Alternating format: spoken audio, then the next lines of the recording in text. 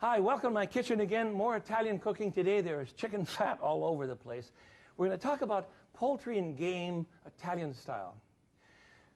Now in America, it's very hard to shop for the kind of thing that you find in Italy because everything we have generally in poultry and game world is pre-plucked, pre-packaged, and wrapped in plastic wrap. It's very different than Italy because the mindset in Italy is very different. You can buy whole birds with the feathers still on. Shopping in Italy for poultry is just an absolute joy. You can wander into shops. This is in Turin, in northern Italy, lovely places. And look at these birds. The chickens are all hanging there ready to go. You don't ask them about refrigeration. If the bird is fresh, Italians prefer to let it age for a bit. And here are birds that have the feathers still on them. They've been cleaned, but they're allowed to age for a time so that the flavor is much brighter. And they're lovely things. Just lovely things. You take the moment, clean yourself. Polleria means a chicken place. And Craig is looking at birds. See, he has whole meat in the background, but he has all kinds of pheasants and birds out in the front with the pelt still on them. They want you to know they're fresh. This is Craig's girlfriend, Ermina, at Trattoria Mercoletto in Parma. These two fell in love with each other. She's almost 80, and she taught Craig to do a chicken dish, which is a very old dish. Right now he's trying to talk her into cooking some truffles for him. See how tiny she is? And they're checking out the stove. Remember now, this is an Italian restaurant, so you cook on both sides of the stove. Our method of setting up stoves, I think, is the more I study the Italians, the more stupid it looks. However, in Seattle, you can go to a wonderful place and have wonderful food. Il Terrazzo, the chef's and owner's name is Carmine. And through the years, he's just become a grand friend. Isn't this a lovely spot? Very different than the Trattoria in Parma.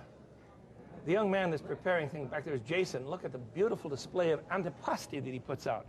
And Carmine is such a stinker. He makes you walk by all these beautiful things when you're trying to get to your table.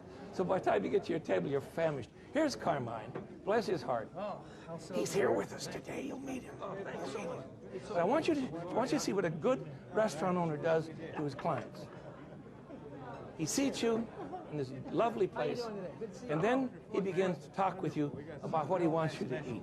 Now, for me, that's what a good Italian chef is for. He wants to talk with you about what you should eat. Greg and I love the place. He's arguing, once such and such, no, maybe you should have the thus and so. You see? Isn't that wonderful, rather than going and having some junior high school girl come over to you and say, hi, my name is Arlene, I'll be your waitress tonight. What's the special? I don't know, she says. Carmine knows. Two interesting pasta dishes. Mine is a panzanella. It has cheese and olives. I think it's closer to a puttanesca, to tell you the truth. It's very delicious. Wonderful, wonderful sauce on it. The sauce is not cooked. Carmine doesn't like to cook tomatoes for a long time. And Craig is having chicken with 2 or 3 different kinds of pasta. How is it, Craig? Mm-hmm. Yeah, I thought so. I thought so. Wonderful stuff. Wonderful stuff. You remember on Cheers, they used to sing the song, I want to go to a place where everybody knows my name. Well, that's what a good restaurant should do for you. I think that's part of hospitality. Carmine, what do you think? We know what we think. We know. Here's our judgment. Just terrific. Now, here's another fellow that treats you awfully well. His name is Carlo Medioni, and he runs a place called Vivande Porta Via. You know what that means? It means takeout food. I told him we were coming by with a television camera, and he put up a book display in his front window. The guys have screamed. Now, he's making pressed chicken very much like Armina does. He puts a weight on the top of another frying pan, you see. She does it the old-fashioned way, just on a grill, and she whacks it over and over again with the grill paddle. Craig will tell you about that. But Carlo Medioni, Vivande Porta Via on Fillmore in San Francisco, runs a fine, fine eating house. And it's one of those places, I think we're going to see more of these. There are restaurants in which you eat in the kitchen. And right behind you is a full takeout deli. Stop talking, Smith. I want to see the deli there. Thank you. Here's a full takeout line of food. No, you're right. It doesn't look cheap, does it? Well, he's a fine chef. He and his wife, the Italian wife, are wonderful, wonderful cooks. And the whole place is just glorious. But you see what a line of stuff he has to take out? Isn't that terrific? And the chicken is all ready to go. And cheeses. Oh, I just think it's a wonderful place. I really enjoy it. There. Carlo Medioni, Carmine Il Torazzo. Find an Italian chef that you can really get close to, and they don't hold secrets back from me. Both of these guys are gossips. Honest to God, you ask them a question, and they give you an honest answer. All right, I've got to cook in a hurry today because I have lots of things for you to see. A very quickie, a real quickie. These are quail, little bitty quail. Cut them down the back, and that's called butterflying. Open them up, marinate them in olive oil, a little bit of salt and pepper, and fresh rosemary. You remember rosemary? Let's refresh here. Rosemary, don't buy it dried. You can buy it dried, of course, but rosemary comes in I want you to grow this in your yard. Mine grows year-round. Put these on a grill, or a griddle. No, a grill. There we are. And grill them for just a few minutes on each side. Look at this. This is a very popular kind of poultry preparation in Italy. And everyone gets one. There we go. There's supposed to be 6 in the package, and obviously I left one out there to show you, so there are only 5 on the plate, but I'll wiggle it around and make it a little bit bigger. There we are. All right, first dish. Quail grilled with rosemary, olive oil, a little salt and pepper. Let it marinate for about an hour, and then grill them on a hot grill. They're really better on a barbecue. Put this on a charcoal barbecue. Knock them dead. Craig, would you get some game hens out of the oven for me? I'll get a plate for you. Okay. This is your dish, and I think you should quell about it. Quelling. Quelling is a Yiddish word for a small bird who puffs his feathers up when he's very excited. Quelling. So these are definitely spelling. You can quell because those are beautiful. Should I cut one in half? Please do it. All right, let me borrow your knife. And then tell us what you've got in there. Let's see the filling. This has been stuffed game hens. These are about 1 3/4 pounds each. These have been tied with string, and just for the sake of time, I'm just going to leave the string on. You take your string off. And this has been filled with fresh fennel bulb that's been julienned, some Italian sausage that you cook until it's crumbly, breadcrumbs, a couple of eggs, some chicken stock, fresh mushrooms and onions and garlic, of course, and then stuff your birds and cook those for about an hour and 15 minutes or so. So they remain nice and juicy. Oh, the aroma, Craig. This is Well, it's terrible. the fresh fennel. It's an aromatic vegetable. We had this in Bologna, didn't we? Well, we've made some additions. Well, you did. You put fresh fennel in it. No, it's fresh fennel bulb. Here, let me show you. A fresh fennel bulb, odd-looking thing. Yes. But you julienne this like you would carrots or celery or anything else, and mix that in with your dressing, and it's sort of an anise or a licorice flavor. It has a mild licorice flavor that really cleans up foods. And in ancient times, they used to use that to cleanse innards and things like that. So I'll throw that one out for you. Now, you could deglaze this pan. I hate to see all this wonderful sauce. You could deglaze it with a little wine. The pan would be perfect, you see. Deglaze with a little wine and pour that over the top, and you've got a nice sauce. Makes its own gravy like Gravy Train. All right. Now, you've got something else in there. Let's unload the next one. Okay. Same theory on deglazing here. And these are chicken breasts. Normally, we don't cook just chicken breasts because I prefer juicier cuts of chicken. And these have been rubbed with a room temperature butter, freshly chopped sage, and a little lemon juice. And you stir that into a paste and rub it as much as you can underneath the skin of each piece. How do you get it underneath the skin? Just pull it back carefully, trying to keep it as attached as much as you can. If it completely falls off, you can tie it back on, no problem.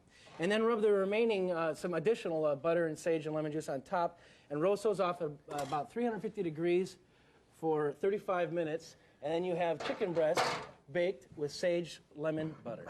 That is colossal. Please do not overcook them. That's very, very important. Dried chicken breasts are about as exciting to me as well, never mind. Thanks, friend. Sure. When we were in Venice and we had dinner one night with Fulvia Sassani, she had us stop at a wonderful restaurant called Harry's Dolce on the Grand Canal in Venice. And she ordered a chicken salad. I said, chicken salad? I'm in Italy. I wanted something wild, you see. Well, I don't know what I had, but I was so fascinated by what she had. Watch this. You make a dressing of a half a cup of mayonnaise. Mayonnaise in Italy? Yes, you see it now and then. You see it now and then.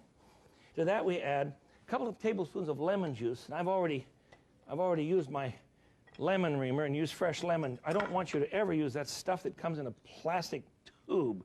2 tablespoons. 1, 2. That's plenty. Thank you, lemon.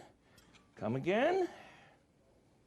You know, in Italy and Greece, when you buy a lemon, you don't buy one like we do, maybe 2. You buy them in bags because you use them constantly. You buy them in big bags like we buy potatoes. That's what it is in Italy. And I need about 3 tablespoons of balsamic vinegar. Now, you can use a good one or a medium quality. This is a blend that I've whipped up from balsamic vinegar. 3 tablespoons. 1, 2, 3. Now, remember, this is that very rich vinegar that's sometimes years old, and it's quite expensive, but very delicious, and you don't need much. And a shot of Worcestershire, I need about a teaspoon. Bloop, bloop, bloop, bloop, bloop. Yes, that's how I measure bloops. And a couple tablespoons of good extra virgin olive oil. There we are, and we have a salad dressing. I need some salt and pepper. And did you get all that? Mayonnaise may surprise you from Italy, but it's very, very delicious. Oops, not a bit in it. I have to grind it fresh. That's the best way. All right. And a little bit of salt. Let me whip that up, and I'll... Now, when you cook the chicken, let me give you a clue. For heaven's sakes, don't overcook chicken breast. We've already given you that sermon today. But what I've done was to simply poach a couple of chicken breasts, actually 4, because I'm serving salad for 4. So the dressing is ready, and the chicken breasts have already been poached. And I've saved bones to show you what I've done here. You see, barely poach the chicken, remove the skin, and then shred the meat thusly. And it still has some of the broth in it. So it's nice and moist, nice and wet. I don't like dried chicken salads. Oh, Lord, I've had enough of those. I went to BFA grade school when I was a kid. And every once in a while, they try to unload a chicken salad on us. There you are. Now, this is enough for 4. So I'm just going to use half the chicken that's in the bowl. You understand what I'm saying? Put it over iceberg lettuce.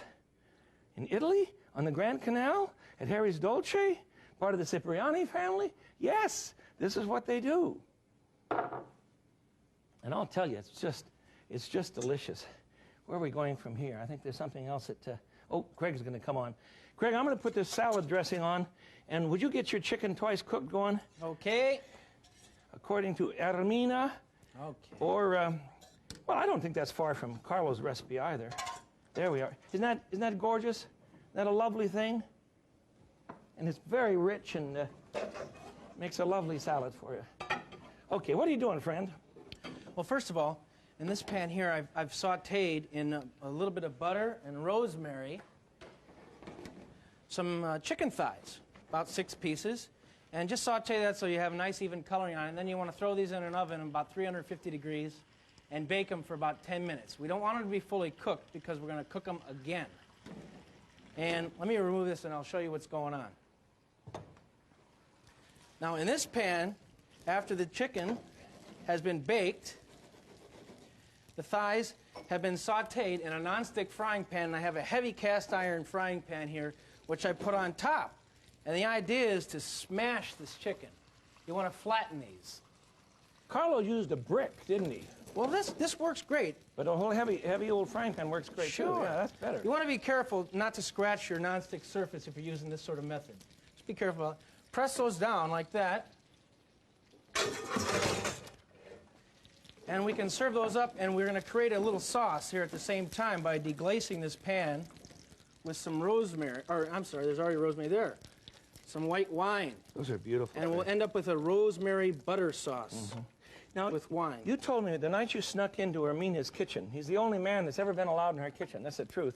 A great kitchen, in Parma. too. Oh, it's wonderful.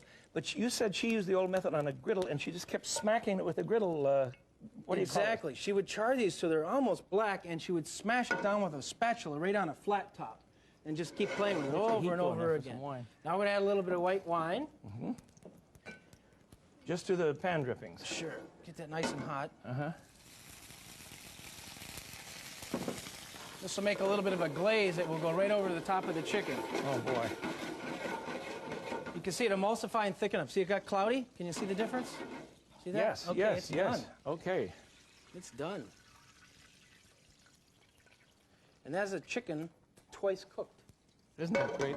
Now, I know you're nervous about whether or not he's overcooked the chicken, but he hasn't. You pan fry it lightly to start with, and then the second time, bake it a short time. It sounds crazy, but the crunchy, well, that's, for me, it's the crunchiness. The skin is crunchy, and the other thing is, since we're using thighs, it's going to retain juice. Oh, all right, put it out there, and then I have a guest. Okay. Carmine is coming here to teach us how to make chicken farmer style. Chef, I'm so glad to have you here. How are you, Jeff? Welcome. Good to see you. Oh, it's good to see you. Wonderful. Remember, this is Carmine from Il Terrazzo's in Seattle, down by Pioneer Square. You have a wonderful meal. Let me get everything ready for you. Here's the chicken that we pre-cooked. You want to explain this? All right. Pan-fried these in the thighs. We pan fry the thighs with a little bit of oil and a little bit of garlic, a little bit of rosemary. Mm-hmm. And then on the separate pan, we do have. I've got some all in the pan ready for you. All right. Let me We just do have. change this here. As a matter of fact, this one doesn't have rosemary. There you go. All right, and now you're set. Now, in a separate pan, we have a little mushrooms, a little bit of tomato concasse, which is a fresh tomato chopped and diced. And we have also onions. And in a separate pan, we have a julienne of fresh peppers, green and red, and a little carrots diced. Reason to do them differently in a different pan is because the cooking time is a little bit different. Now, tell me what the difference is here between this and you call it contadina? Contadina is a farmer style. Peasant food. Peasant food. That's correct. I mean, it is all ingredients that you do get it from a farm. Over against what's the other one? Cacciatore. Cacciatore, it is actually this is a new version of a chicken cacciatore. It's much lighter, more healthier, and is not cooked all day long like a cacciatore would be with tomato paste and everything falls and a apart. lot of ingredients. Yes, everything falls apart. All right, throw it together, chef. All right. We pan-fried floured and pan-fried the chicken thighs, or you can use breasts and deskin them. Take the skin off. Correct. And the bone. You can use a chicken with or without the skin. Mm-hmm. Of course, the skin is gives it a little more flavor. I think so, But too. as we all know, it's fat. also a little heavier. That's Cholesterol. correct. That's Okay. correct. Then what? Once you've done that and you have simmered your different vegetables, you Very short time too. We didn't cook those very very long. short time No, just because very because sauté. it is going to go in the oven, and of course it will finish baking in the oven. Okay. Well, you put that first one in. Let me tell them what it is. You go ahead. Right. I have a little spatula. Sure. I can afford a spatula, chef. There you are. Wonderful. Okay. All right. So In we this have first here. pan, you have 6 large mushrooms, 12 black olives, and they have the pit in them, They do. and a teaspoon of capers and 6 ripe plum tomatoes. He does not use canned tomatoes for this dish. We've simmered that for a short time, and we're going to put that over the chicken. There we go. All right. This pan number Just one. throw it in the sink. Well, very nicely and delicately. I've got good help after we. And in this other pan, we have the onions, carrots, green and red peppers. Right. Also, sauteed lightly in a little bit of extra virgin olive oil. And we put that over top. Lord, the colors, Carmine. So beautiful. I think we probably have enough right here. Okay. Now we can add a little bit of fresh rosemary on the top if you can. like. You want to do that, or you trust me? Absolutely. No, You trust go right me? ahead. All right, sprinkle some fresh rosemary on top. Absolutely. That's wonderful. And the white wine bottle is now, right there. we do need a little bit of moisture because Yes. it is going to go in the gonna go in the oven. oven, So, right, it's okay. absolutely. So we do sprinkle a little bit. This is white wine here. I hope so. It should say right on the side of the bottle. right. Keep turning. Keep turning. White wine. Ta-da! We have the white wine. I love using a these little crazy bit of bottles. sprinkle Okay. so that we give it a little moisture while it sits in the oven at about 400 degrees. And for best results, I think we should cover this so that the moisture stays in. Aluminum foil, perhaps. Aluminum foil. Okay. And it will cook for about 20 minutes. with the aluminum foil on, and then remove the foil, and 15 more minutes. And the reason for that is to give a little bit of roasting colors. I have one already. Right? Let me haul it out here for you.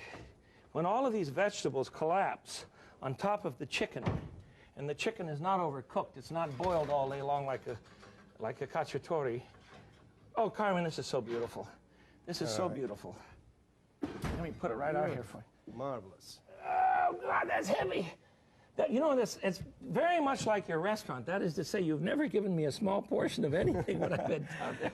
Well, so much food. I love it. It is a wonderful dish. As you can see, it's easy to prepare, and it's something that you can assemble ahead of time and just enjoy later. I hadn't thought of that. How is it cold? It's just as good, but of course, when it's warmer, it delivers a little more aroma and flavor. Oh, come on, fork, cooperate with me, will you?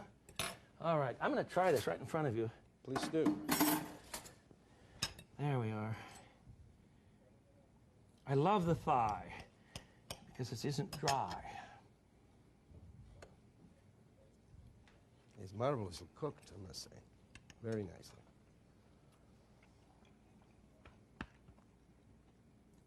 The gelatin, the vegetables, we've got a marriage here that is made in heaven, where all marriages should be. That's very, very correct. Thank you, Chef. Thank you. I really Thank you. appreciate it. Pleasure to have We'll you. go out to lunch later. I'll see you in a bit. Absolutely. Thank you. Oh, that's murder. That's so good.